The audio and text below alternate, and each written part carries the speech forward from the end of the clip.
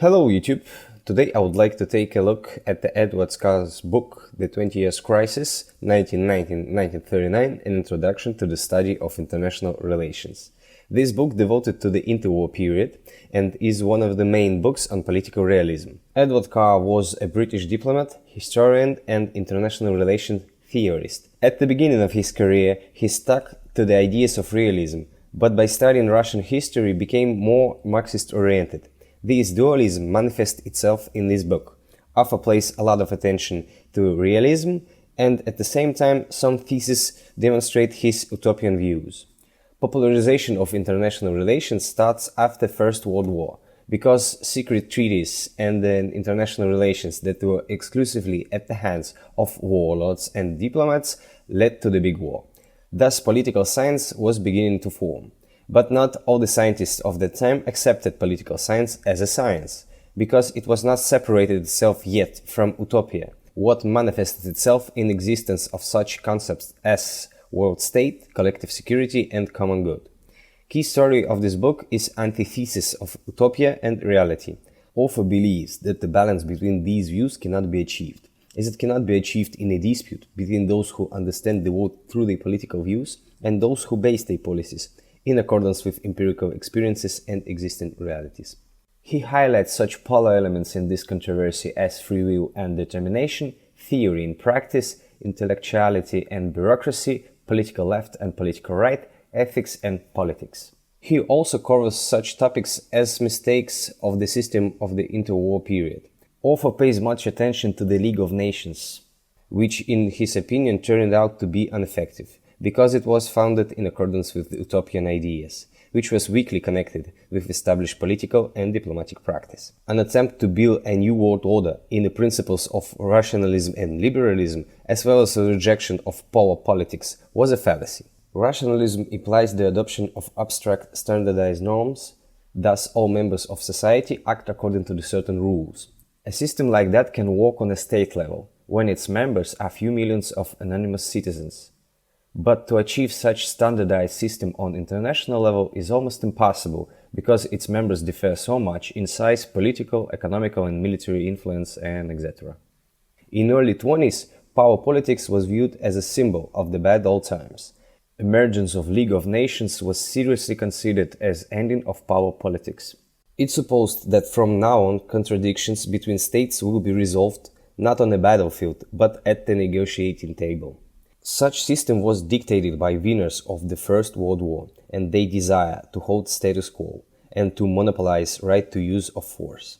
On the 10th of September 1931, British statesman Robert Cecil at the League of Nations Assembly said that there was scarcely ever been a period in the world's history when war seems less likely than it does at present.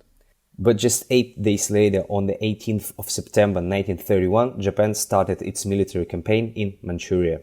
Thus, author comes to the conclusion that Utopia lost to realism.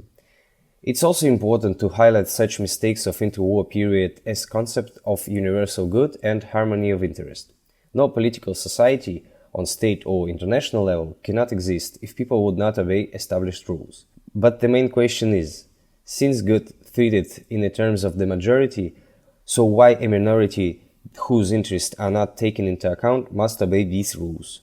Concept of harmony of interest was created in the context of the economy of 18th century, which supposed a society of small manufacturers, farmers and merchants, who was interested in expansion of production and free movement of goods. But industrial revolution and development of the transport, especially railroads, in 19th and 20th centuries, completely changed world economy. In these circumstances, industrial capitalism began to dominate. So, harmony of interest acquired new meaning and became an ideology of this dominant group. In this regard, author mentioned in words of Henry Ford, who said that anything which is economically right is also morally right. There can be no conflict between good economics and good morals. Thereby, author emphasizes the fundamental contradiction in the framework of the concepts of harmony of interest in the 30s. Another misconception is the universal desire for peace. At that time, it was believed that all states are seek to maintain peace. Any of the participants of the international system who violated this principle was considered irrational and immoral. But this principle is not undisputable, for those states that acquired sovereignty or expanded their territory through wars. So, common desire for peace fulfilled the interest of the winners of the First World War, because it helped to preserve the status quo. Thus, in the interwar period, there was crisis of morality in the framework of international relations, which in turn led to a clash of national interests. Further, Alpha proceeds to the analysis of political realism. Realism is built on the postulate of the power, which is manifested in three categories: military power, economic power, and power over opinion. Carr believed that these elements should not be considered separately, because they are closely interrelated. Military power becoming the recognized standard of political values. The most serious problem related to the democratic control of the foreign policy is that no government can afford to disclose full and frank information about its military strength. Alpha calls into question the possibility of existence of defensive wars, since history knows many examples when the defending side later became the aggressor itself. Economical power always was an instrument of political power because it provides the military sector. One who possesses more money can afford to fight longer and also has more advanced weapons. When talking about power over opinion, Alpha emphasized that the art of persuasion has always been one of the key tools of a politician. Politics depends on the opinion of the masses. Alpha analyzes phenomenon of propaganda. Same socio-economic conditions that made public opinion an important factor for politics also created measures for its formation and management. The oldest and most influential of these tools is education. Government that providing education necessarily determines its content. Carr also highlighted the impact of technical progress and emergence of such propaganda tools as radio, cinema, and the press. Besides all this, Alpha touches upon many interesting topics and concepts, as international law, Nazi activities in the international arena, Locarno treaties, place of Soviet Union in the global system, and etc. The main conclusion can be highlighted as follows.